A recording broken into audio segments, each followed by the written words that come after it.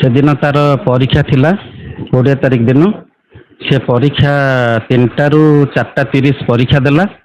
ତା ବାପା ବି ଆସିଥିଲେ। ତା ବାପାଙ୍କ ସହିତ ସେ ଭେଟ କଲା ପରେ ସିଏ ବି ଘରକୁ, ମୁଁ ଭାବିଲି ଘରକୁ ଗଲା ବୋଧେ, ତା ବାପାଙ୍କ ସହିତ ସେ ଭେଟ କରିଛି। ଆମ ପାଖରେ ଖବର ଅଛି। ତାପରେ ସିଏ ସେଇ ସାଙ୍ଗ 2 ଜଣଙ୍କ ସହିତ ଯାଇକି ଯାହା କିଛି ମିସ୍ ହାପେନ୍ ହେଇଛି ଆଉ।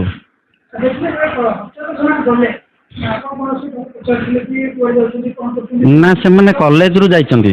ସେମାନେ କଲେଜରୁ ଯୋଉ ଲୋକାଲ 2 ଜଣ ସାଙ୍ଗ ସହିତ ବାଇକ୍ରେ ବସିକି ସେ ଯାଇଛି, ସେ କଲେଜରୁ ହିଁ ଯାଇଛି। ତା ବାପା ବି ଆସିଥିଲେ। ତାଙ୍କ ବାପା ଜାଣିଛନ୍ତି, ତାଙ୍କ ଗାର୍ଡିଆନ୍ ଜାଣିଛନ୍ତି।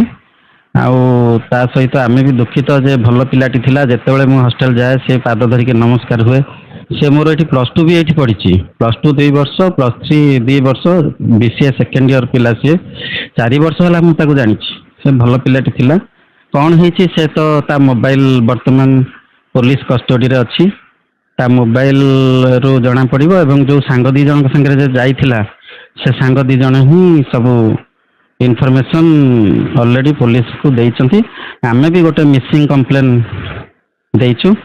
ଆଉ ଏଥିପାଇଁ ମୁଁ ବହୁତ ଦୁଃଖିତ ଯେ ଏମିତି ଗୋଟେ ମାନେ ଘଟିଗଲା ଆଉ। ସେ 2 ଜଣ ସାଙ୍ଗ ଛାତ୍ର ବୋଲି ମୁଁ ଶୁଣୁଛି। ଯାହା ସେ ପିଲାର ସାଙ୍ଗମାନେ କୁହନ୍ତି ଯେ ସେ 2 ଜଣ ବି ତାର ସାଙ୍ଗ। ସେମାନେ ଲୋକାଲ ପିଲା। ତାଙ୍କରି ବାଇକ୍ରେ ଇଏ ବସିକି ଯାଇଛି। ସେ 2 ଜଣ ହିଁ ଦେଖିଛନ୍ତି। ସେମାନେ ବି ପୋଲିସଙ୍କ ଆଗରେ କହିଛନ୍ତି ଯେ କ'ଣ ଘଟଣା ସବୁ ସେ ପୋଲିସଙ୍କ ଆଗରେ କହିଛନ୍ତି। ଏଇ କଲେଜର ଛାତ୍ର। ନା, ତାଙ୍କ ନାଁ ମୁଁ ଜାଣିନାହିଁ। ସେ କଲେଜରୁ ଯେହେତୁ ଯାଇଛି, ଏତେ ବଡ଼ କଲେଜ, 7000 ପିଲା, ତେଣୁ ସେ କେଉଁ ଡିପାର୍ଟମେଣ୍ଟ ମୁଁ କହିପାରିବି ନାହିଁ। କିନ୍ତୁ ସେ 2 ଜଣ ଆମ କଲେଜ ଷ୍ଟୁଡେଣ୍ଟ ବୋଲି ମୁଁ ଶୁଣିଛି। ନା, କୌଣସି ତ୍ରୁଟି ନାହିଁ।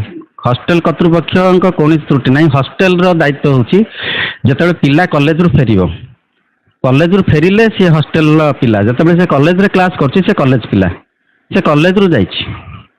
ତେଣୁ ଏଠି ହଷ୍ଟେଲ କର୍ତ୍ତୃପକ୍ଷଙ୍କର କୌଣସି ତ୍ରୁଟି ନାହିଁ କିମ୍ବା କୌଣସି ଦୋଷ ନାହିଁ। ସେ ଯାଇଛି ଆଗରୁ, ସେ ଆଗରୁ ବାଇକ୍ରେ ଯାଇଛନ୍ତି।